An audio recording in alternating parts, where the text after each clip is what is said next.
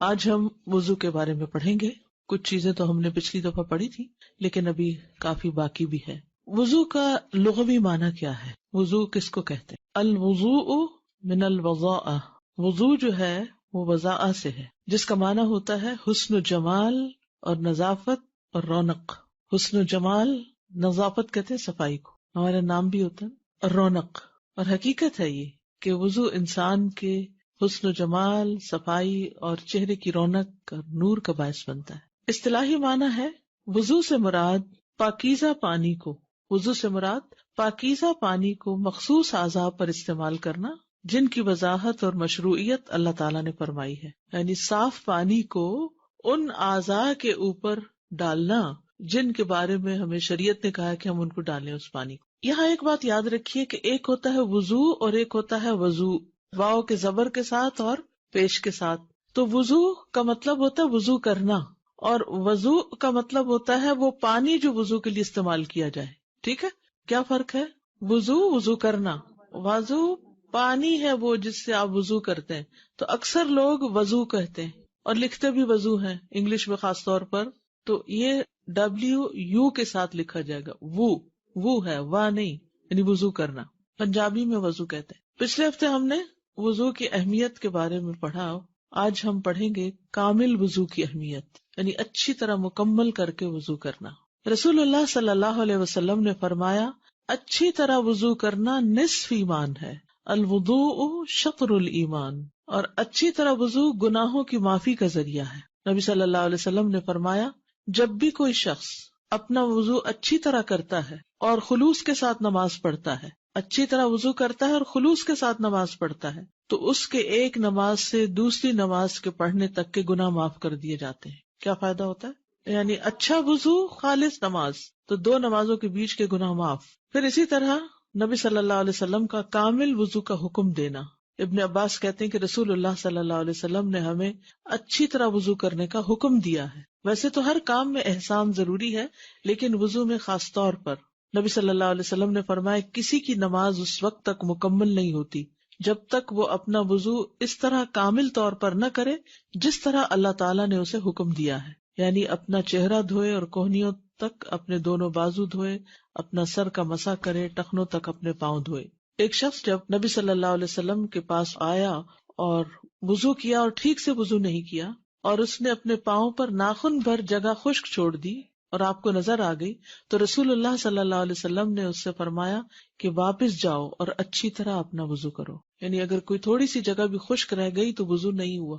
آپ نے سارا کچھ کر لیا لیکن آپ کی ایڑیاں خشک ہیں یا کسی اور حصے کے اوپر کچھ چنگم وغیرہ لگی ہوئی ہے، اور جب آپ آئے واپس وضو کر کے اس کو اتارا تو دیکھا کہ اس کے نیچے تو اسکن ڈرائی ہے، تو اگر آپ کے اعضائے وضو گیلے ہیں تو اس جگہ کو گیلا کر لیجئے، وضو ہو جائے گا. لیکن اگر آپ کا وضو خشک ہو چکا ہے تو پھر آپ کو وہ اتار کر دوبارہ پورا وضو کرنا ہو. ٹھیک ہے. وضو کے بہت سے فائدے بھی ہیں.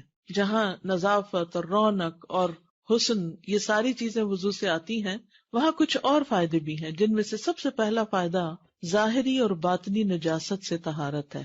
ظاہر و باطن نجاست سے طہارت.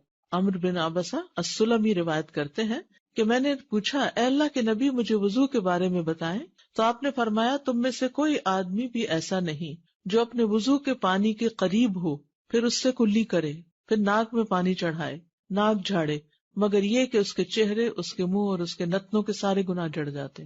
یعنی جس اس کو آپ دھو رہے ہیں وہاں سے کیے ہوئے گناہ جھڑ رہے ہیں. آنکھوں کے گناہ، ہاتھ پاؤں سے کیے ہوئے گناہ، یہ سارے کے سارے گناہ جو ہیں پانی کے آخری قطرے تک جسم سے خارج ہو جاتے ہیں اور انسان گناہوں سے پاک ہو کر نکلتا ہے.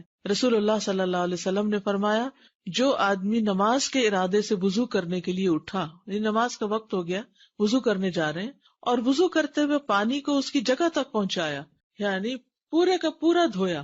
ابھی انشاءاللہ تفصیلی وضو میں آپ کو بتاؤں گی کہ پورے آزاد ہونے کا مطلب کیا ہے. تو وہ ہر گناہ یا اپنی ہر خطا سے پاک ہو جائے گا. اور حقیقت ہے کہ جب انسان وضو کرتا ہے تو اس کے بعد اس کی کیفیت کیا ہوتی ہے؟ فریش ہوتی ہے، جیسے بوجھ کے اتر گیا. اور ڈپریشن کا بھی بہترین علاج ہے. ڈپریشن کیا ہے؟ ایک بوجھ ہے جو انسان کے دل پہ پڑ جاتا ہے اور جسم کے اوپر بھی انسان کو ایسے محسوس ہوتا ہے کہ کوئی چیز اس کے کندھوں پہ رکھ دی گئی ہے یا کوئی چیز سر پہ سوار ہو گئی ہے، اور انسان پھر اس کی وجہ سے کچھ کرنے کے قابل نہیں رہتا، حتیٰ کہ لائف کو کسی بھی طرح انجوائے نہیں کرتا. تو یہ وضو جو ہے پھر انسان کو ان چیزوں سے، ان کیفیات سے نجات دلاتی. پھر گزشتہ گناہوں کی بھی معافی، یعنی بعض اوقات یہ ہوتا ہے کہ انسان کو پرانے کوئی گناہ یاد آ جاتے ہیں اور انسان ہلکان ہونے لگتا ہے ان کی وجہ سے. ایک وہ علم ہے جو آپ کے دل پہ لکھا جائے اور آپ کے عمل میں آ جائے، اور ایک وہ جو کاغذوں پہ لکھا جائے. کون سا علم فائدہ مند؟ جو دل پہ لکھا جائے. اور دل پہ لکھے جانے کے لیے جب کوئی بات کر رہا ہو تو آئی کانٹیکٹ بہت ضروری ہوتا ہے. اگر انسان آئی کانٹیکٹ نہیں کرتا تو وہ پوری طرح فائدہ نہیں اٹھاتا، بات پوری سمجھ نہیں سکتا. کہ انسان آنکھوں سے بھی لے رہا ہوتا، کانوں سے بھی سن رہا ہوتا، اور باڈی لینگویج سے بھی لے رہا ہوتا، چہرے کے ایکسپریشن سے بھی لے رہا ہوتا. یہ سارے علم کے سورس ہیں. اور پہلے میں نے آپ کو بتایا تھا نا کہ ایک اسٹڈی کے مطابق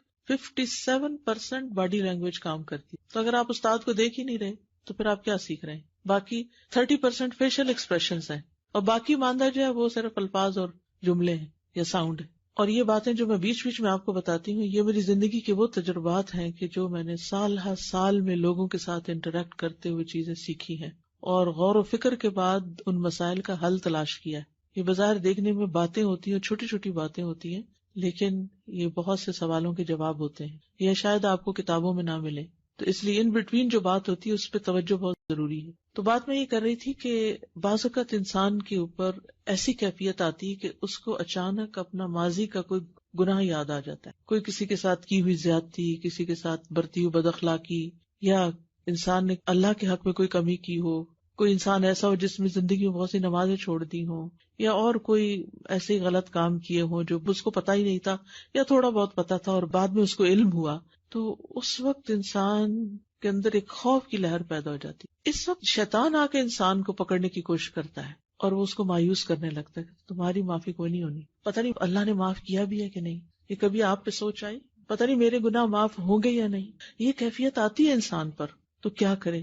اٹھے، وضو کرے، یا جب نماز کا وقت آئے تو اٹھ کے وضو کرے، اور وضو کر کے پوری کوشش کے ساتھ ایسے 2 نفل پڑھے کہ جس میں، یہ تو میں نہیں کہہ سکتی کہ خیال کوئی نہ آئے، کیونکہ دن میں ایک اسٹڈی کے مطابق 60,000 خیال انسان کو، بعض نے 70 اور 72 بھی، کچھ لوگ اور زیادہ سوچتے ہوں گے تو ان کے 72 تک چلے گئے، 72 تک، لیکن 60,000 تو ہر انسان کو خیالات آتے ہیں دن میں. اور یہ ایک نیچرل پروسیس ہے جب تک انسان کا دماغ کام کرتا ہے. تو پھر اس کا کچھ حصہ نماز میں، آپ دیکھیے ہماری ہر نماز میں کسی میں آدھا گھنٹہ لگ جاتا ہے، کسی میں 20 منٹ، 15 منٹ. تو یہ تو نہیں ہو سکتا کہ اس میں کوئی خیال نہ آئے، امپاسبل. لیکن یہ کہ انسان کی توجہ اللہ کی طرف رہے. اب مثلاً اس وقت آپ کی توجہ میری طرف ہے، بات کی طرف ہے، لیکن پھر بھی آپ کے ذہن میں کوئی نہ کوئی خیال آ رہا ہوگا. تو وہ بیک گراؤنڈ پہ خیالات چلتے رہتے ہیں، وہ ان کو نہیں آپ روک سکتے. لیکن ایک چیز ہوتی ہے فوکس میں اور ایک ہوتی ہے بیک گراؤنڈ میں. اگر نماز میں فوکس میں اللہ سبحانہ وتعالیٰ کی ذات ہے یا اللہ کی طرف توجہ ہے، اور بیک گراؤنڈ میں کچھ چل بھی رہا ہے تو کوئی بات نہیں. لیکن اگر فوکس میں آپ کچھ اور سوچ رہے ہیں ایکٹیولی، اور پیچھے سے کوئی آپ کو یہ خیال ہے آپ نماز پڑھ رہے ہیں اور کوئی پتہ نہیں کیا کتنے پڑھی کتنی تھی، یہ خطرناک علامت. تو بہرحال پوری توجہ سے جب انسان وہ نماز پڑھ لیتا ہے تو پھر کیا ہوتا ہے؟ پھر اس کے گناہ معاف ہو جاتے. ڈپریشن کے جتنے مریض ہیں نا، جو لوگ آپ کو سخت پریشان کریں، بار بار فون کر کے، میسج کر کے، میں ڈاؤن ہو رہی ہوں فلاں، اور اب پہنچ جائیں اس کے سر پہ اور اسے اٹھائیں کہ چلو تم وضو کرو. کبھی بچے تنگ کرتے ہیں، اٹھو وضو کرو، اٹھو وضو کرو، اچھا سا وضو کرو، میں تمہیں طریقہ بتاتی ہوں، اور وضو کر کے 2 رکعت ایسی نماز پڑھو. اب دیکھیں کہ وہ جو اس کے اوپر ایک کیفیت ہوگی نا پریشانی اور بے چینی، وہ پوری طرح اگر ختم نہ بھی ہوئی تو اس میں بہت حد تک کمی آ جائے. اور اگر وہ روزانہ یہ عمل دہرانا شروع کر دے تو اس ڈپریشن سے نکل آئے گی. ڈپریشن صرف گولیاں کھانے سے ختم نہیں ہوتا، اس کے لیے عملی طریقے اختیار کرنے ضروری ہیں، اور وہ جو ہمیں وحی کے ذریعے قرآن و سنت سے ملتے ہیں. تو گزشتہ سارے گناہ معاف کر دیے جائیں گے. ما تقدم من ذنبہ، جو بھی اس کے گناہ تھے معاف کر دیے گئے جب اچھی طرح وضو کرے. اور آپ صلی اللہ علیہ وسلم نے فرمایا جو شخص میرے اس وضو کی طرح وضو کرے. تو اس حدیث سے یہ پتہ چلتا ہے کہ اس بات کا حریص ہونا بڑا ضروری ہے کہ ہمیں صحیح مسنون وضو کرنا آئے، اس میں کبھی نہ ہو. بعض اوقات ہم کہتے ہیں اچھا ہم نے وضو کیا، ہم نے نماز پڑھی، اور وہ تو ہم پڑھتے ہی رہتے ہیں لیکن پریشانی دور نہیں ہوتی. بھئی آپ نے طریقہ ہی ٹھیک نہیں اختیار کیا. کسی بھی ریسیپی میں تھوڑا بہت بھی رد و بدل کر دیں تو کیا ہوگا؟ کہیں گے میرا ٹیسٹ ویسا نہیں بنا جیسے تم نے. بھئی تم نے جو ڈنڈی ماری ہے اس سے کیسے ٹیسٹ وہی بن سکتا ہے؟ تو وہ جو کمی بیشی ہم کر دیتے ہیں نا، کسی چیز نمک زیادہ کر دیں یا نمک کم کر دیں تو وہ ٹیسٹ تھوڑی آئے گا. پھر اس سے گرہیں کھلتی ہیں. رسول اللہ صلی اللہ علیہ وسلم نے فرمایا میری امت میں سے جو شخص رات کو وضو کرنے کھڑا ہوتا ہے وہ اپنے نفس کا علاج کرتا ہے. اب یہ جو نفسیاتی بیماریاں ہیں یہ رات کے وضو سے ٹھیک ہوتی ہیں، اس حال میں کہ اس پر گرہیں ہوتی ہیں. بس جب وہ اپنے ہاتھ دھوتا ہے تو وہ ایک گرہ کھل جاتی ہے، اور جب اپنا منہ دھوتا ہے ایک اور گرہ کھل جاتی ہے، اور جب اپنے سر کا مسح کرتا ہے تو ایک اور گرہ کھل جاتی ہے، اور جب اپنے پاؤں کو دھوتا ہے تو ایک اور گرہ کھل جاتی ہے. بس اللہ عز و جل ان فرشتوں سے جو حجاب کے پیچھے ہوتے ہیں فرماتا ہے کہ میرے اس بندے کو دیکھو، اپنے نفس کا علاج کرتا ہے اور مجھ سے مانگتا ہے، جو کچھ میرے اس بندے نے مانگا وہ اس کے لیے ہے. تو ایسی ساری بیماریوں کا علاج تہجد میں ہے. اور ایک ایک گرہ کا کھلنا، یہ گرہ بعضوں کہتے ہیں نا ہمیں نظر لگ گئی، ہاں لگ جاتی ہے نظر، اس نظر سے بھی گرہ پڑ جاتی کہ آپ کا کام میں دل نہیں لگتا، آپ کا دماغ نہیں کھلتا، یوں لگتا ہے جیسے ہر چیز بند ہوتی جا رہی ہے. کبھی ایسی کیفیت محسوس کی ہوگی، آف اینڈ آن کچھ نہ کچھ، پھر الحمدللہ کچھ عرصے تک ٹھیک ہو جاتی ہے. کبھی ہم قرآن زیادہ پڑھتے ہیں یا ذکر اذکار کی پابندی کرتے ہیں تو الحمدللہ ایسی چیزیں دور ہو جاتی. انہی طریقوں میں سے، یعنی دس از ناٹ دی اونلی طریقہ، لیکن انہی طریقوں میں سے جو انسان کی پریشانیوں کو دور کرنے کا باعث ہے ان میں سے ایک یہ بھی ہے. پھر انسان کو حشاش بشاش کرنے کا طریقہ بھی ہے. انسان جب صبح اٹھتا ہے وضو کرتا ہے تو اس کی ساری گرہیں کھل جاتی ہیں. اگر وضو نہیں کرتا تو خبیث النفس اٹھتا ہے، سستی کے ساتھ سارا دن اس پہ سستی چھائی رہتی ہے. وضو فرشتوں کی دعا لینے کا ذریعہ ہے، خاص طور پر رات کو جب کوئی سوتے ہوئے وضو کرے.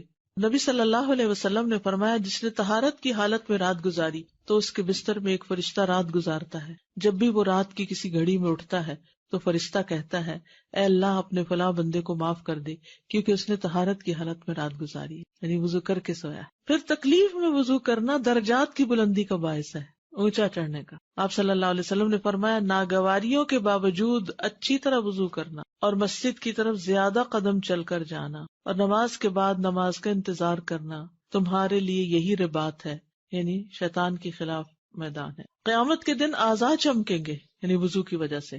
رسول اللہ صلی اللہ علیہ وسلم سے پوچھا گیا اے اللہ کے رسول کیا آپ ہمیں پہچانیں گے یعنی قیامت کے دن؟ آپ نے فرمایا ہاں، تم مجھ پر پیش کیے جاؤ گے اور وضو کے نشانات کی وجہ سے تمہاری پیشانی اور ہاتھ پاؤں چمکتے ہوں گے، تمہارے علاوہ کسی دوسری امت کی یہ نشانیاں نہیں ہوگی. تو یہ نور صرف دنیا کے لیے نہیں بلکہ قیامت کے دن ایسا شخص چمک رہا ہوگا اور اللہ کے رسول صلی اللہ علیہ وسلم اس چمک سے اس کو پہچان لیں گے کہ یہ میرا امتی ہے. تو کتنا ضروری ہے کہ انسان خوشی کے ساتھ وضو کرے کہ کل قیامت کے دن یہ چمک اس کی پہچان بن سکے. ایک اور روایت میں ہے کہ پس تم میں سے جو کوئی اپنی چمک بڑھانا چاہے تو وہ بڑھا لے. تم میں سے جو کوئی اپنی چمک بڑھانا چاہتا ہے تو وہ بڑھا لے. وضو کی جگہ پر زیورات کا پہنائے جانا یعنی قیامت کے دن. صحیح مسلم کی روایت ہے، ابو حازم کہتے ہیں کہ میں ابو ہریرہ رضی اللہ عنہ کے پیچھے تھا اور وہ نماز کے لیے وضو کر رہے تھے تو اپنے ہاتھ کو کھینچتے ہوئے آپ اپنی بغل تک لے گئے، یعنی جب وضو کرنے لگے تو اوپر تک دھو دیا بازو. میں نے اسے کہا ابو ہریرہ یہ کیا وضو ہوا؟ تو آپ نے کہا اے بنو فروخ تم کدھر ہو؟ اگر میں جان لیتا کہ تم ادھر ہی ہو تو میں اس طرح وضو نہ کرتا، یعنی کہ تم مشکل میں پڑتے کہ یہ کیا ہو رہا ہے. میں نے اپنے دوست محمد صلی اللہ علیہ وسلم سے سنا آپ فرما رہے تھے مومن کا زیور وہاں تک پہنچے گا جہاں تک وضو پہنچتا ہے. تو یہ چمک جو ہے اس کو پہنائے جانے والے زیور کی بھی ہوگی، یعنی قیامت کے دن جب لوگوں کا حال برا ہوگا تو ایسے لوگ چمک رہے ہوں گے، خوبصورت حال میں ہوں گے. یہ اس وقت کا حال بتایا گیا ہے جب لوگ آپ صلی اللہ علیہ وسلم کی حوض پر پیش ہوں گے. تو لوگوں نے پوچھا کہ آپ پہچانیں گے کیسے کہ یہ آپ ہی کی امت کے لوگ ہیں؟ کیونکہ دیگر انبیاء کے بھی حوض ہیں اور ان کی امتیں اپنے اپنے نبی کے پاس جائیں گی. تو امت محمد صلی اللہ علیہ وسلم محمد صلی اللہ علیہ وسلم کے پاس جائے گی، آپ کا حوض سب سے بڑا ہوگا. پھر وضو جنت میں لے جانے والی صفت ہے. حضرت عائشہ سے روایت ہے کہ نبی صلی اللہ علیہ وسلم نے فرمایا 6 خصلتیں ایسی ہیں کہ اگر کوئی مسلمان ان میں سے کسی کو اپنا کر فوت ہو جائے تو اللہ کی اس کے بارے میں ضمانت ہے کہ اسے جنت میں داخل کرے گا. ان میں سے ایک وہ آدمی جو وضو کرے تو اچھی طرح وضو کرے، یعنی جلدی میں وضو نہ کرے، ایسے ہی بس کام پورا نہ کرنے والے، بلکہ اچھے سے مل مل کے وضو کرے تو اللہ کی اس کے بارے میں ضمانت ہے، گارنٹی ہے کہ اسے جنت میں داخل کرے گا. اور اس سلسلے میں وہ حضرت بلال والی حدیث آپ سب نے سن رکھی ہوگی، یاد ہے کچھ؟ کیا تھی وہ؟ جنت میں آگے آگے. جی، یہ سنن ترمذی کی روایت ہے. ابو بریدہ رضی اللہ عنہ سے روایت ہے، کہتے ہیں کہ ایک دن صبح کے وقت رسول اللہ صلی اللہ علیہ وسلم نے بلال رضی اللہ عنہ کو بلایا اور پوچھا کہ اے بلال، کیا وجہ ہے کہ تم جنت میں داخل ہونے میں مجھ سے سبقت لے گئے؟ میں جب بھی جنت میں گیا تو اپنے سامنے تمہارے چلنے کی آہٹ محسوس کی. کل رات بھی جب میں جنت میں داخل ہوا تو اپنے آگے تمہارے چلنے کی آہٹ سنی.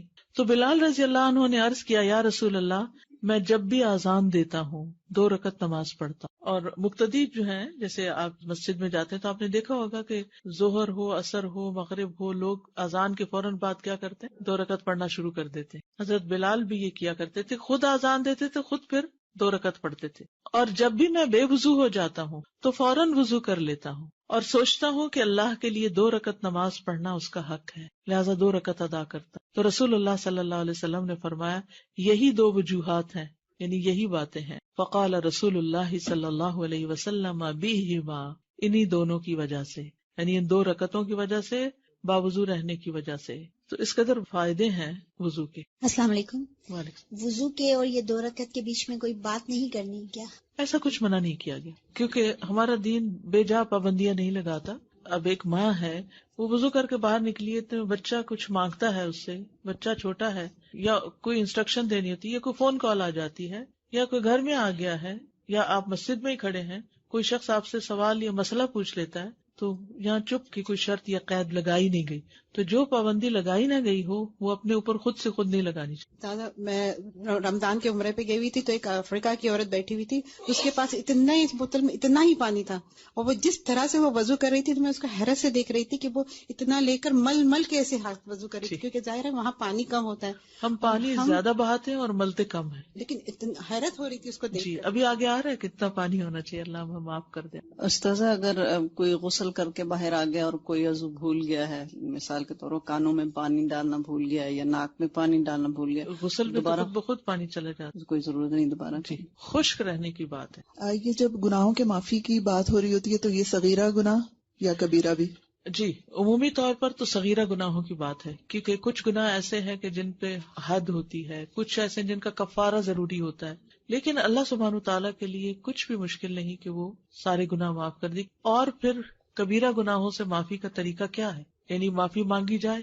تو ہم جب وضو کرتے ہیں تو اس کے بعد جو دعا مانگتے ہیں اس میں استغفرک و اتوب الیک جب کریں تو معافی بھی ساتھ مانگ رہے ہو, امید ہے کہ وہ بھی معاف ہو جائیں. استاد یہاں پہ قیامت کے دن کی چمک کی بات کی جا رہی ہے, تو دنیا میں تو صاف ستھرا چمکنے کے لیے ہم بہت زیادہ مشقت کرتے ہیں اور اس کی طرف توجہ دیتے ہیں نا, کہ اور یہ تو اتنا آسان طریقہ ہے مگر ہم کتنا اس کو اپنے اوپر سوچتے ہیں کہ مشکل دنیا ہے. میں چمکنے کے لیے کیا طریقہ اختیار کرتے ہیں, فیشیل کیسے کرواتے ہیں, مل مل کے, اور کتنی دیر لگتی ہے, 1 گھنٹہ تو ہوتا ہی ہے نا, اور سارے دن کے وضو کا وقت نکالیں تو کتنا ہوگا, 1 گھنٹے سے کم ہے. یعنی اگر 5 نمازوں کے 5 وضو آپ کریں, ایک وضو میں آپ ٹائم نوٹ کر لیں, 5 منٹ سے زیادہ نہیں, 5 سے بھی کم لگتے ہیں. میں ہمیشہ رات کو وضو کر کے سوتی تھی, لیکن آج کل تھوڑے سے بھول جاتی ہوں. مجھے اتنا نیند کا پرابلم ہو گیا ہے کہ مجھے اینزائٹی کی میڈیسنز لینی پڑی, تو میں اب سوچ رہی ہوں کہ میں دوبارہ اپنی وضو کی عادت کر لوں. دوبارہ وضو پہ آئے تو انشاءاللہ وہ میڈیسن چھوٹ جائیں گی. آپ نے جیسے بتایا کہ باوضو جو ہے جنت کی سفر ہے, جب پہلے سنا تو اس کے بعد سے کوشش کی اور حقیقت ہے, آزمایا ہے کہ ڈپریشن کا علاج ہے, بالکل, اور بہت زیادہ اسٹریس ریلیز کرتا ہے اور پریشانیوں کو دور کرتا ہے, اور اپنا آپ بہت لائٹ فیل ہوتا ہے. بالکل, بہت زیادہ کیفیت ہی بدل جاتی ہے جب آپ وضو سے ہوتے ہیں, باوضو ہوتے ہیں, کیفیت ہی بدل جاتی. اس میں ایک اچھا وضو اور جلدی کا وضو کا بھی اس میں بہت فرق ہے, کہ جب وہ اچھا ہے بہت بڑا تو فیکٹر ہے. جی. یس, جب صحیح وضو کریں گے تو ہی اس کا ڈوز صحیح ہوگی تو صحیح فائدہ ہوگا. Some people think that if you do wudu, they lose their sleep or they may not be able to sleep. But in fact, ایسا نہیں ہوتا ہے.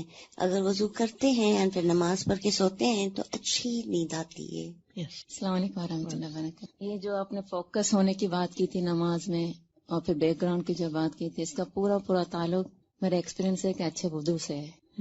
اگر ہم پورا واقعی میں جیسا کہا گیا اچھا وضو کرتے ہیں نا, تو پھر واقعی میں فوکس اللہ سبحانہ تعالیٰ رہتے ہیں, اور وہ جو چھوٹی موٹی جو شیطان کی چالیں ہوتے ہیں بہت پیچھے چلی جاتی ہیں. لیکن وضو اچھا نہیں ہوتا تو جو آپ نے کہا تھا نا کہ ساری بیکار باتیں آگے آتی ہیں اور اللہ سبحانہ تعالیٰ پیچھے چلے. تو جو کہا گیا نا کہ نماز جنت کی کنجی اور وضو جو ہے وہ نماز کی کنجی, یہ لگتا ہے. السلام علیکم. وعلیکم السلام. مجھے آپ سے پوچھنا تھا کہ رات میں ہم اکثر وضو کر کے تو بستر پہ لیٹنے کے لیے جاتے ہیں, لیکن بعض وقت یہ ہوتا ہے کہ ابھی آپ لیٹتے ہیں تو پھر آپ کو واش روم کا خیال آ جاتا ہے, تو پھر آپ جیسے بار بار اگر کوئی بات نہیں, ایک دفعہ آپ چلے گئے تو وہ آپ نے اپنا وہ ریچول پورا کر لیا. وضو سے قبل مسواک, ہر بار وضو سے پہلے مسواک کی ترغیب دلائی گئی ہے, لازم نہیں کیا گیا لیکن ترغیب ہے. ابو ہریرہ کہتے ہیں کہ نبی صلی اللہ علیہ وسلم نے فرمایا, اگر مجھے یہ ڈر نہ ہوتا کہ میں مومنوں پر مشقت ڈال دوں گا, یعنی مشکل میں پڑ جائیں گے لوگ, تو میں انہیں ہر نماز کے وقت مسواک کا حکم دیتا. نبی صلی اللہ علیہ وسلم کا جب بھی وضو کرنا اس سے پہلے مسواک کرنا ہے، ہر وضو کے ساتھ مسواک کرتے تھے. نبی صلی اللہ علیہ وسلم رات کی نماز میں کثرت سے مسواک کرتے تھے. حذیفہ کہتے ہیں کہ انہوں نے کہا جب رسول اللہ صلی اللہ علیہ وسلم رات کو تہجد کے لیے کھڑے ہوتے تو اپنا منہ مسواک سے اچھی طرح صاف فرماتے. یعنی خصوصاً رات کو سونے کے بعد جب انسان اٹھتا ہے تو منہ کو زیادہ صفائی چاہیے ہوتی. دن میں تو کبھی ہم پانی پی لیتے ہیں یا بار بار وضو کر لیتے ہیں 5 نمازوں کی وجہ سے، لیکن رات میں ایٹ اسٹریچ کئی گھنٹے تک ہمارا منہ بند رہتا ہے، تو پھر زیادہ صفائی کی ضرورت ہوتی ہے پورے ہر کونے کی. زبان کے اوپر بھی، یعنی آپ صلی اللہ علیہ وسلم جب اپنی زبان پہ مسواک پھیرتے تھے تو صرف ٹنگ پہ نہیں پھیرتے تھے بلکہ حلق تک جاتے تھے جس سے آوازیں بھی آتی تھی. صحابہ کا عمل. زید بن خالد جوہنی روایت کرتے ہیں کہ میں نے رسول اللہ صلی اللہ علیہ وسلم کو فرماتے ہوئے سنا، اگر میری امت کے لیے مشقت نہ ہوتی تو میں انہیں ہر نماز کے وقت مسواک کا حکم دیتا. ابو سلمہ کہتے ہیں پھر میں نے دیکھا کہ زید رضی اللہ عنہ مسجد میں بیٹھے ہوئے تھے اور مسواک ان کے کان پر رکھی ہوتی جیسے کسی کاتب کا قلم ان کے کان پہ ہوتا. پہلے زمانے میں وہ لکھنے والے منشی وغیرہ جو تھے وہ یہاں اڑس لیتے تھے، پین ہولڈر کی ضرورت نہیں ہوتی تھی. اب آپ دیکھیے پین ہولڈر پینوں سے بھرے ہوئے ہوتے ہیں لیکن لکھنے والے لوگ کم ہو گئے، ٹائپ کرنے والے زیادہ ہو گئے. تو جب نماز کے لیے اٹھتے مسواک کر لیتے. مسواک رب کی رضا کا ذریعہ. ابو بکر صدیق رضی اللہ عنہ سے روایت ہے کہ نبی صلی اللہ علیہ وسلم نے فرمایا مسواک منہ کی طہارت اور رب کی رضامندی کا ذریعہ ہے. منہ کی صفائی مبالغے کی حد تک. نبی صلی اللہ علیہ وسلم نے فرمایا مجھے مسواک کے بارے میں اس قدر حکم دیا گیا ہے کہ میں اپنے دانتوں کے بارے میں ڈرنے لگا. یعنی اتنا زیادہ مسواک کا حکم دیا گیا کہ میں اپنے دانتوں کے بارے میں یعنی ہل نہ جائیں یا پھر بہت گھس نہ جائیں. وضو کے مسائل. وضو کے بغیر نماز قبول نہیں ہوتی. عن ابی ہریرہ رضی اللہ عنہ عن محمد صلی اللہ علیہ وسلم فذکر احادیث منها وقال رسول اللہ صلی اللہ علیہ وسلم لا تقبل صلاة احدکم اذا احدث حتى يتودع رواہ مسلم. حضرت ابو ہریرہ رضی اللہ تعالی عنہ نے رسول اللہ صلی اللہ علیہ وسلم کی کئی حدیثیں بیان کی جن میں سے ایک یہ تھی کہ رسول اللہ صلی اللہ علیہ وسلم نے فرمایا اللہ تعالیٰ بے وضو کی نماز قبول نہیں کرتا یہاں تک کہ وہ وضو کر لے. اسے مسلم نے روایت کیا ہے. یعنی انسان اگر پوری نماز بھی پڑھ لے مگر وضو نہ ہو تو نماز ہوتی ہی نہیں. وضو کرنے سے پہلے بسم اللہ پڑھنا ضروری ہے. عن سعید بن زید قال قال رسول اللہ صلی اللہ علیہ وسلم لا وضوء لمن لم يذكر اسم اللہ علیہ رواہ الترمذی. حضرت سعید بن زید رضی اللہ تعالی عنہ کہتے ہیں کہ رسول اللہ صلی اللہ علیہ وسلم نے فرمایا جو وضو سے پہلے بسم اللہ نہ پڑھے اس کا وضو نہیں ہوتا. اسے ترمذی نے روایت کیا ہے. وضو کی فضیلت. ان ابی ہریرہ رضی اللہ عنہ ان رسول اللہ صلی اللہ علیہ وسلم قال ان حوضی ابعد من ایلة من عدن لہو اشد بیادا من الثلج واحلی من العسل باللبن ولآنیته اکثر من عدد النجوم وانی لأصد الناس عنه كما يصد الرجل ابل الناس عن حوضه.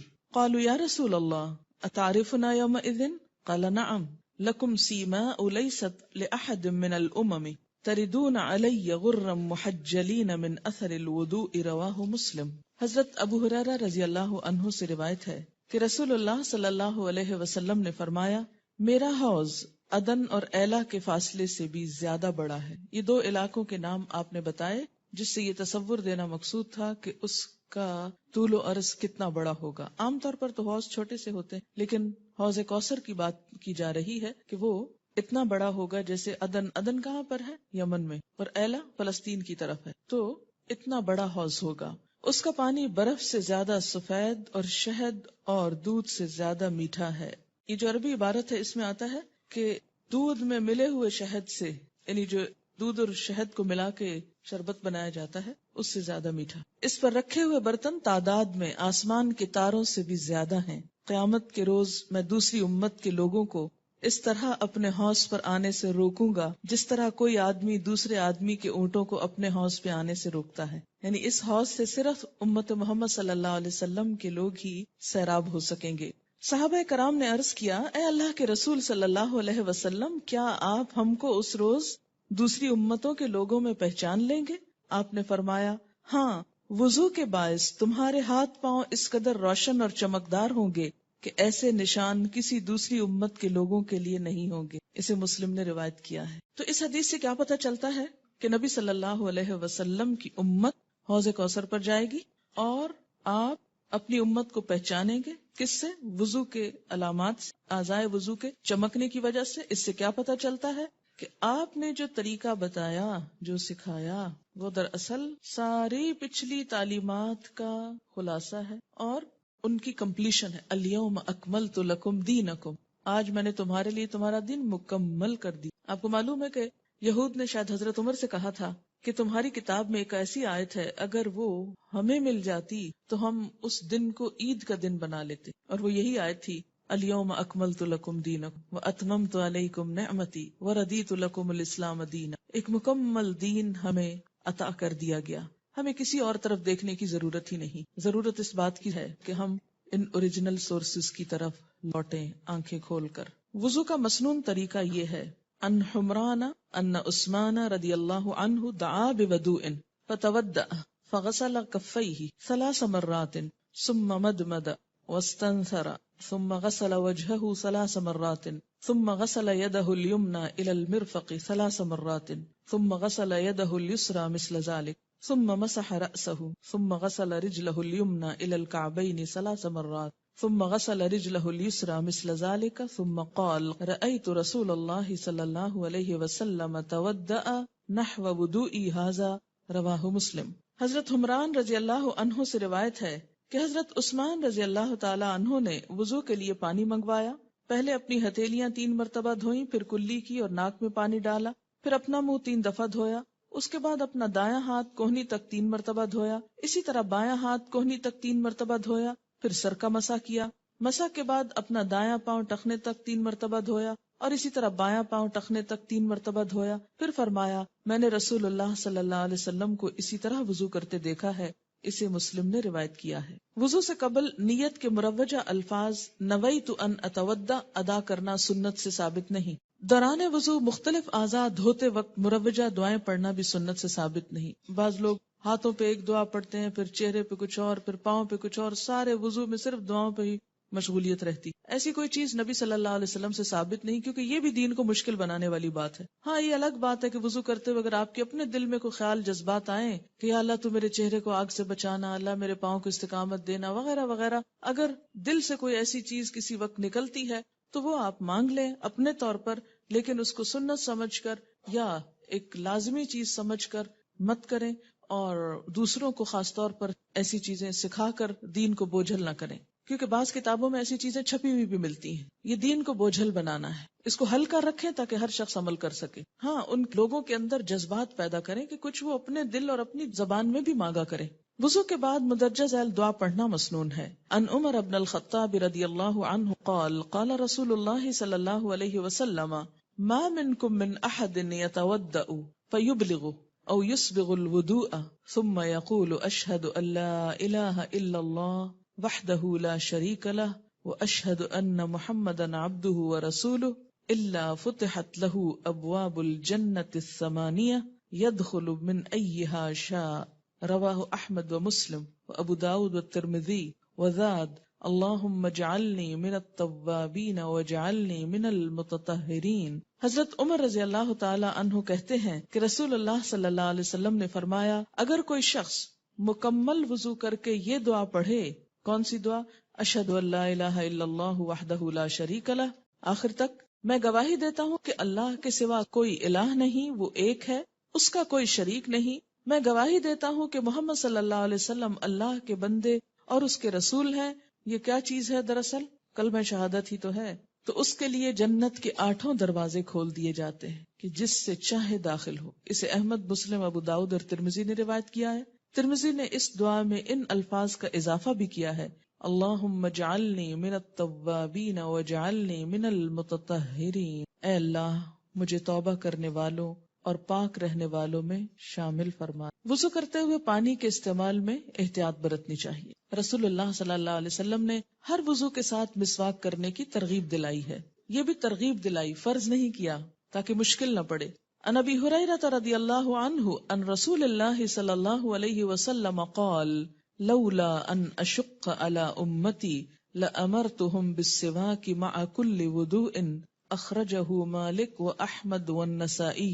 حضرت ابو ہریرہ رضی اللہ عنہ سے روایت ہے کہ رسول اللہ صلی اللہ علیہ وسلم نے فرمایا، اگر مجھے امت کی تکلیف کا احساس نہ ہوتا تو میں ہر نماز کے ساتھ مسواک کرنے کا حکم دیتا۔ اسے مالک، احمد اور نسائی نے روایت کیا ہے۔ تو اس سے کیا پتہ چلتا کہ آپ کی خواہش یہ تھی کہ امت اس عمل پر پابندی کرے، اور اس میں کچھ مشکل نہیں، صرف عادت بنانے کی ضرورت ہے، کیونکہ اس کی فضیلت بہت ہے۔ کیا فضیلت ہے؟ ان عائشہ رضی اللہ عنہا قالت قال رسول اللہ صلی اللہ علیہ وسلم السواک مطہرۃ للفم مرضاۃ للرب، رواہ الشافعی و احمد الدارمی والنسائی۔ حضرت عائشہ رضی اللہ تعالی عنہا فرماتی ہیں کہ رسول اللہ صلی اللہ علیہ وسلم نے فرمایا، مسواک منہ کی پاکیزگی اور رب تعالی کی خوشنودی کا باعث ہے۔ ہاتھ پاؤں کی انگلیوں اور داڑھی کا خلال کرنا مسنون ہے۔ ان لقیط ابن صبرۃ رضی اللہ عنہ قال قال رسول اللہ صلی اللہ علیہ وسلم اسبغ الوضوء وخلل بین الاصابع وبالغ فی الاستنشاق الا ان تکون صائما، رواہ ابو داود والترمذی والنسائی وابن ماجہ۔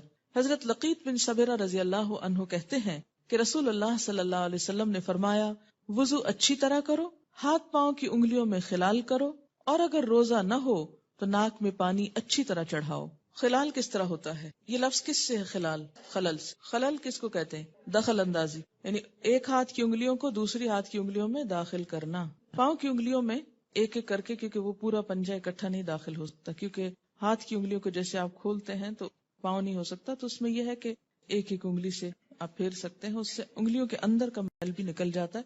اگر کوئی خشک ہو جگہ تو وہ بھی پوری طرح بھیگ جاتی۔ ان عثمان رضی اللہ عنہ ان النبی صلی اللہ علیہ وسلم کان یخلل لحیتہ فی الوضوء، رواہ الترمذی۔ حضرت عثمان رضی اللہ تعالی عنہ سے روایت ہے کہ نبی اکرم صلی اللہ علیہ وسلم وضو کرتے ہوئے داڑھی کا خلال کرتے تھے۔ اسے ترمذی نے روایت کی۔ داڑھی کو پوری طرح دھونا ضروری نہیں، صرف اس میں ہاتھ اسی طرح انگلیاں پھیر لینا کافی۔ صرف چوتھائی سر کا مسح کرنا سنت سے ثابت نہیں، گردن کا مسح کرنا سنت سے ثابت نہیں، سر کے مسح کا مسنون طریقہ یہ ہے۔ ان عبداللہ ابن زید ابن عاصم رضی اللہ عنہ فی صفت الوضوء قال مسح رسول اللہ صلی اللہ علیہ وسلم رأسہ بیدیہ فاقبل بہما وادبر، بدأ بمقدم رأسہ حتی ذہب بہما الى قفاہ ثم ردہما الى المکان الذی بدأ منہ، رواہ البخاری۔ حضرت عبداللہ بن زید بن عاصم رضی اللہ عنہ وضو کا طریقہ بیان کرتے ہوئے کہتے ہیں کہ رسول اللہ صلی اللہ علیہ وسلم نے اپنے سر کا مسح اس طرح کیا کہ اپنے دونوں ہاتھ آگے سے پیچھے تک لے گئے اور پیچھے سے آگے لائے، یعنی پہلے سر کے اگلے حصے سے شروع کیا اور دونوں ہاتھوں کو گدی تک یعنی پیچھے لے گئے جہاں سے شروع کیا تھا اور وہیں سے واپس لے آئے۔ اسے بخاری نے روایت کیا ہے۔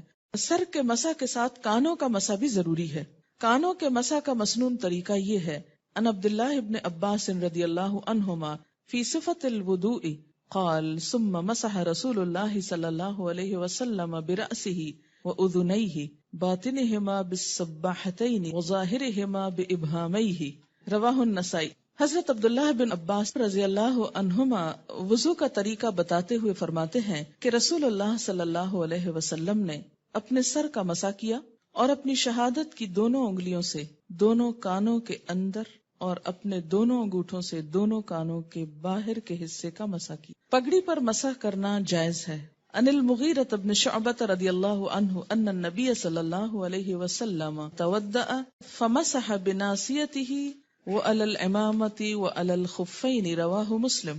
حضرت مغیرہ بن شعبہ رضی اللہ عنہ سے روایت ہے کہ نبی اکرم صلی اللہ علیہ وسلم نے وضو کرتے ہوئے پیشانی کے بالوں، پگڑی اور موزوں پر مسح کیا۔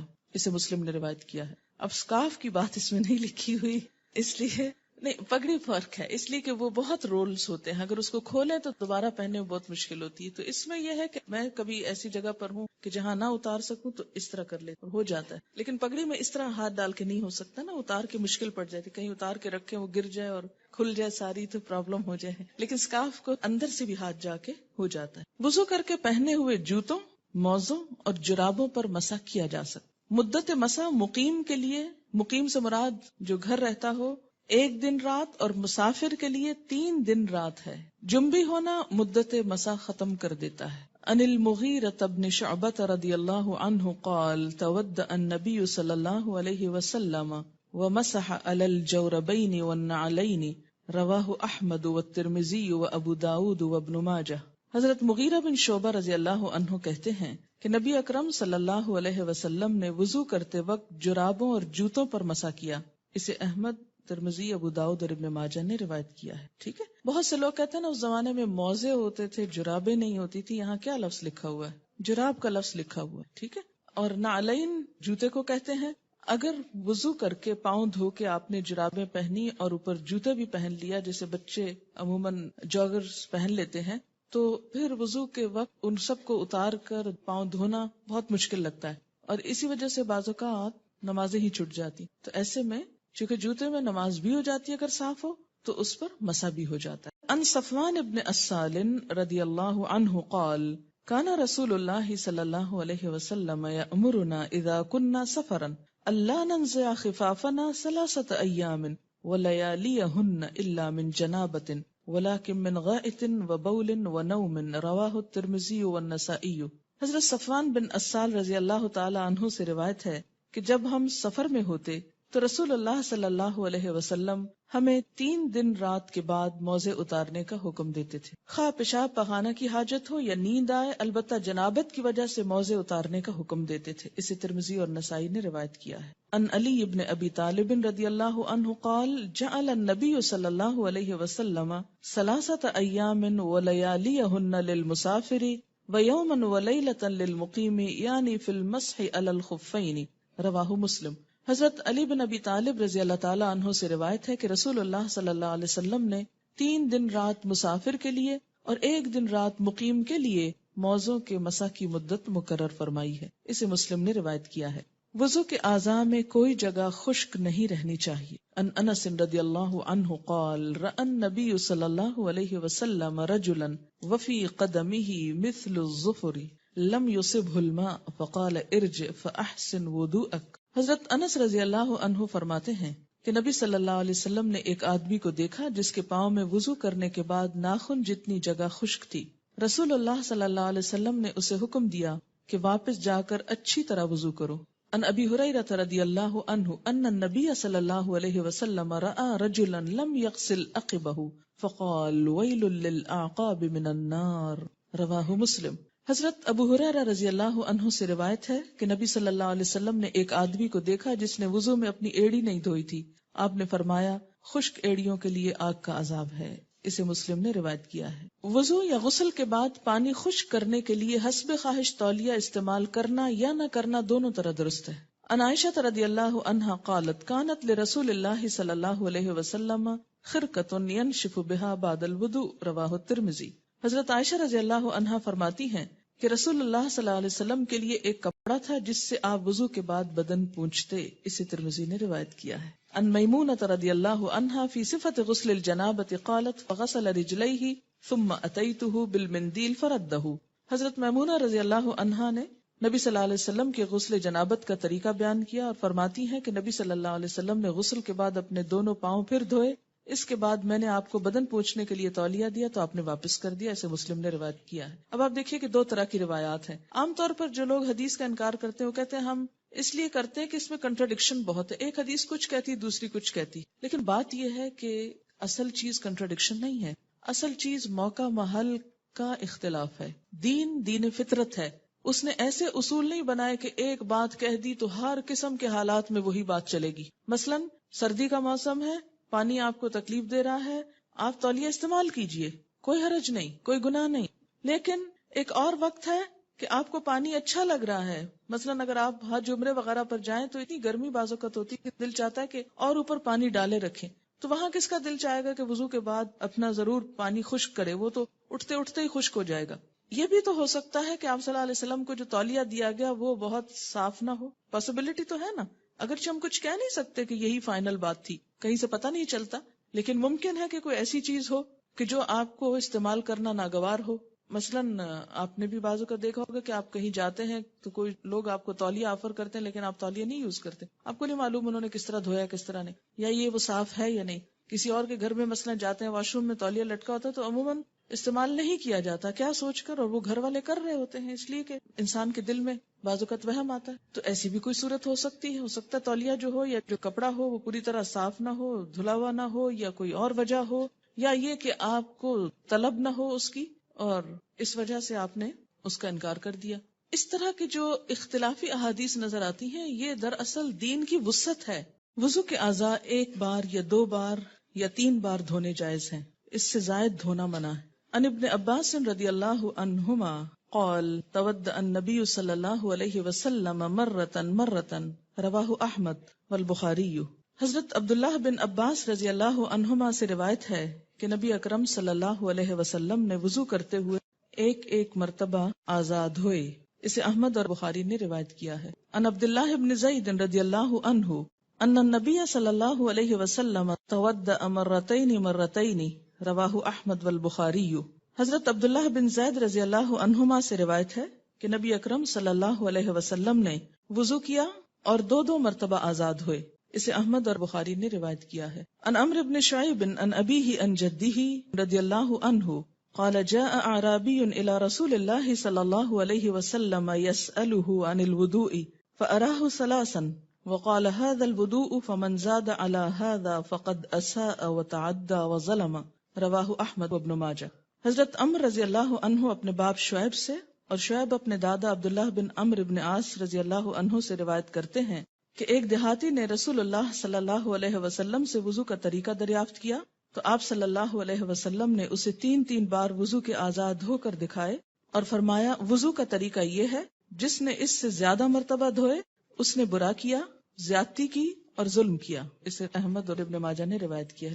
اس سے کیا پتہ چلتا ہے کہ وہیں رک جانا چاہیے جہاں اللہ کے رسول صلی اللہ علیہ وسلم نے رکا ہے، اس سے آگے بڑھنا درست نہیں. ایک وضو سے کئی نمازیں پڑھی جا سکتی ہیں. ان بریدہ رضی اللہ عنہ ان النبی صلی اللہ علیہ وسلم صلی الصلوات یوم الفتح بوضوء واحد رواہ مسلم. حضرت بریدہ رضی اللہ عنہ سے روایت ہے کہ فتح مکہ کے دن رسول اللہ صلی اللہ علیہ وسلم نے کئی نمازیں ایک وضو سے پڑھی. اسے مسلم نے روایت کیا ہے. وضو کرنے کے بعد بے مقصد باتیں یا فضول کام نہیں کرنے چاہیے. ان کعب ابن عجرۃ رضی اللہ عنہ قال رسول اللہ صلی اللہ علیہ وسلم اذا تودع احدکم فاحسن وضوءه ثم خرج عامدا الى المسجد فلا يشبكن يديه فانه في الصلاة.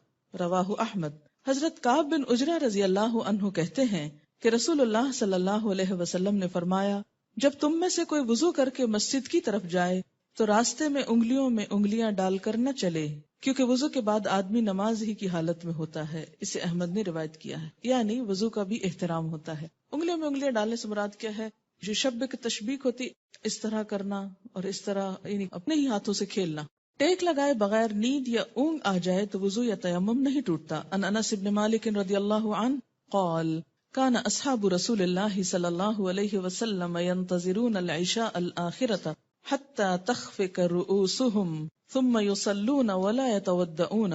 حضرت انس بن مالک رضی اللہ عنہ سے روایت ہے کہ صحابہ کرام رضی اللہ عنہم نماز عشاء کا انتظار کرتے یہاں تک کہ ان کے سر نیند کی وجہ سے جھک جاتے، پھر دوبارہ وضو کیے بغیر نماز پڑھ لیتے. اسے ابو داؤد نے روایت کیا ہے. یعنی بیٹھے بیٹھے جیسے آپ کلاس میں بیٹھے اور بیٹھے ہوئے اونگ آ جاتی ہے لیکن آپ بیٹھے ہیں تو اس سے وضو نہیں ٹوٹتا.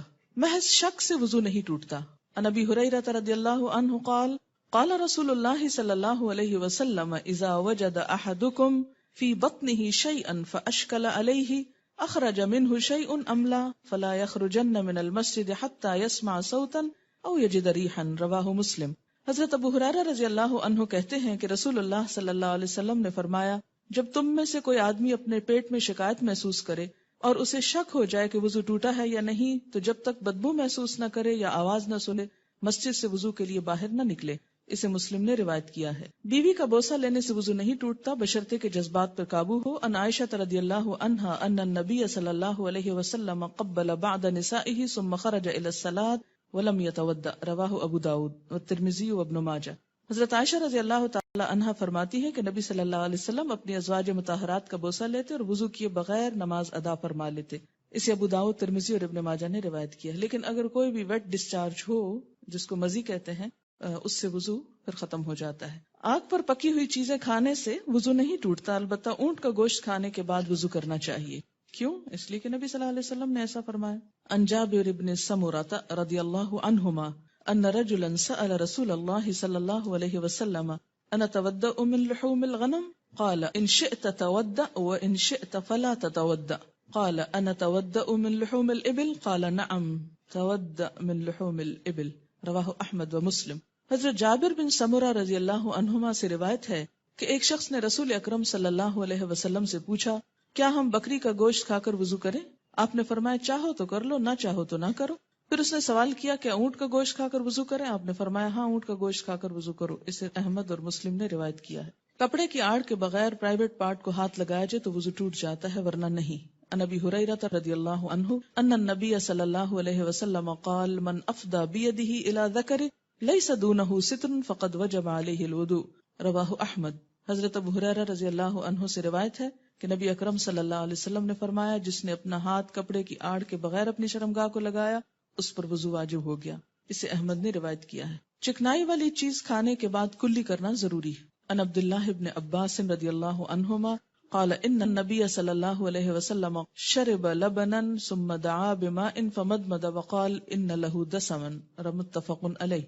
حضرت عبداللہ بن عباس رضی اللہ عنہما سے روایت ہے کہ رسول اللہ صلی اللہ علیہ وسلم نے دودھ پیا اور کلی کی، پھر فرمایا اس میں چکناہٹ ہے. کیونکہ پھر نماز پڑھتے وقت اگر منہ میں چپ چپ ہو رہی ہے اور ٹیسٹ آ رہا ہے دودھ کا، آج کل کے دودھ میں تو شاید یہ نہ ہو، لیکن پھر بھی آپ کی سنت ہے منہ صاف کر کے نماز پڑھنی چاہیے. اسی طرح مثلا کوئی سویٹ کھائی ہے، کوئی بھی چیز جس کا منہ میں مزہ ہے ابھی تک، تو اسی حالت میں نماز نہیں شروع کریں، کلی کر لیں. یہ سب کچھ کس لیے؟ تاکہ نماز کا خشوع برقرار رہے. مزی خارج ہونے سے وضو ٹوٹ جاتا ہے. عن علی رضی اللہ عنہ قال سألت النبی صلی اللہ علیہ وسلم عن المزی فقال من المزی الوضوء ومن المنی الغسل. رواہ الترمذی. حضرت علی رضی اللہ عنہ سے روایت ہے کہ میں نے نبی صلی اللہ علیہ وسلم سے مزی کے بارے میں استفسار کیا تو آپ نے جواب دیا مزی خارج ہونے سے وضو کرنا چاہیے اور منی خارج ہونے سے غسل کرنا چاہیے. اسے ترمذی نے روایت کیا ہے. مستقل بیماری کی وجہ سے مکمل پاکیزگی ممکن نہ ہو تو اسی حالت میں نماز ادا کرنا چاہیے. البتہ ایسی صورت میں ہر نماز کے لیے نیا وضو کرنا ضروری ہے. اس مستقل بیماری میں پھر کیا آتا ہے؟ استحاضہ بھی آ جاتا ہے. ہوا خارج ہونے سے وضو ٹوٹ جاتا ہے.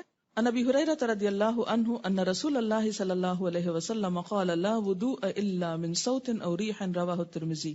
حضرت ابو ہریرہ رضی اللہ عنہ سے روایت ہے کہ رسول اللہ صلی اللہ علیہ وسلم نے فرمایا وضو کی ضرورت نہیں مگر جب آواز آئے یا ہوا خارج ہو. اسے ترمذی نے روایت کی. فضل من بات علی الوضوء، باوضو سونے کی فضیلت. یعنی عموماً تو وضو عبادات کے لیے ہوتا ہے، نمازوں وغیرہ کے لیے ہوتا ہے، لیکن اگر کوئی وضو کر کے سونا چاہے تو اس کی بھی فضیلت ہے. حدثنا محمد بن مقاتل قال اخبرنا عبد الله قال اخبرنا سفیان عن منصور عن سعد بن عبیدہ عن براء بن عازب قال قال لي النبي صلی اللہ علیہ وسلم اذا اتيت مضجعك، آپ صلی اللہ علیہ وسلم نے مجھ سے کہا، کس سے؟ براء بن عازب سے، کہ جب تم اپنے بستر پر آؤ فتودع، تو وضو کر لو. وضوءک للصلاۃ، اپنا وضو نماز کے لیے جیسے نماز کے لیے کرتے ہو ایسا ہی کر لو. ثم استجع، پھر لیٹو، علی شقک الایمن، اپنے دائیں پہلو پر. ثم قل، پھر کہو، اللہم، اے اللہ، اسلمت، میں نے سپرد کر دیا، وجہی، اپنا چہرہ، الیک، تیری طرف، وفوضت، اور میں نے سپرد کر دیا، امری، اپنا معاملہ، الیک، تیری طرف. یعنی میں نے سپرد کر دی اپنی ذات، اپنا آپ تیری طرف، اور میں نے اپنے معاملات بھی تیرے حوالے کر دیے، تجھے سونپ دیے.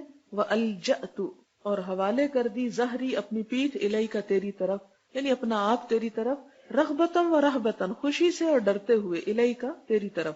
لا ملجا، نہیں کوئی پناہ گاہ، ولا منجا، اور نہ کوئی نجات، من کا، تجھ سے، الا الیک، مگر تیری ہی طرف، یعنی تجھ سے بھاگ کے ہم کہیں نہیں جا سکتے. اللہم آمنت بکتابک، اے اللہ میں ایمان لایا تیری کتاب پر، الذی انزلتا، جو تو نے اتاری، وبنبیک، اور تیرے نبی پر، الذی ارسلتا، جس کو تو نے بھیجا. فإن مت، پھر اگر تو مر جائے. کس نے فرمایا؟ آپ صلی اللہ علیہ وسلم نے. کس کو؟ براء بن عازب کو. من لیلتک، اپنی اس رات میں باوضو ہو کر یہ دعا پڑھ کے اگر تم سوتے ہو اور نیند میں تمہاری موت آ جاتی ہے، فأنت علی الفطرۃ، تو فطرت پر ہے، یعنی تیرا خاتمہ اسلام پر ہوا. وجعلہن آخرہ، اور کر دے ان آیات کو یا ان الفاظ کو آخر ما تتکلم به، آخری چیز جو تو بات کرے، یعنی اس سے بعد باتیں نہ کرو، سو جاؤ. قالا، تو کہتے ہیں فرددتها علی النبی صلی اللہ علیہ وسلم، میں نے دہرایا ان کلمات کو آپ صلی اللہ علیہ وسلم پر. فلما بلغت، تو جب میں پہنچا، اللہم آمنت بکتابک الذی انزلت، کہ اے اللہ میں ایمان لایا تیری کتاب پر جو تو نے اتاری. قلت ورسولک، تو میں نے کہہ دیا ورسولک. قال لا، آپ نے فرمایا نہیں، ونبیک، نبی کا کہو، الذی ارسلت، جس کو تو نے بھیجا. رواہ البخاری، اسے بخاری نے روایت کیا ہے. اس سے کیا پتہ چلتا ہے؟ 2-3 باتیں پتہ چلتی ہیں. ایک تو یہ معلوم ہوتا ہے کہ وضو کر کے سونے کی فضیلت ہے، اور وضو کے بعد اس دعا کی خاص طور پر. اور اس کی فضیلت کیا ہے کہ اگر کوئی شخص اس حالت میں فوت ہو جاتا ہے تو اس کا خاتمہ خیر پر ہوتا ہے، اسلام پر، اس دین اسلام پہ مرتا ہے. پھر یہ کہ دوسری بات یہ پتہ چلتی ہے کہ اس دعا کے بعد اور ادھر ادھر کی باتیں نہیں کرنی چاہیے. تیسری بات یہ پتہ چلتی ہے کہ مسنون دعاؤں میں جو الفاظ آپ صلی اللہ علیہ وسلم سے ثابت ہوں وہی پڑھنے چاہیے، ان کو بالمعنی روایت نہیں کرنا چاہیے. یعنی آپ صلی اللہ علیہ وسلم نے یہاں، حالانکہ رسول اور نبی میں ایز سچ اتنا بڑا فرق نہیں، لیکن جو الفاظ آپ نے سکھائے وہی ان سے مطالبہ کیا کہ انہیں دہرا کے بتائیں.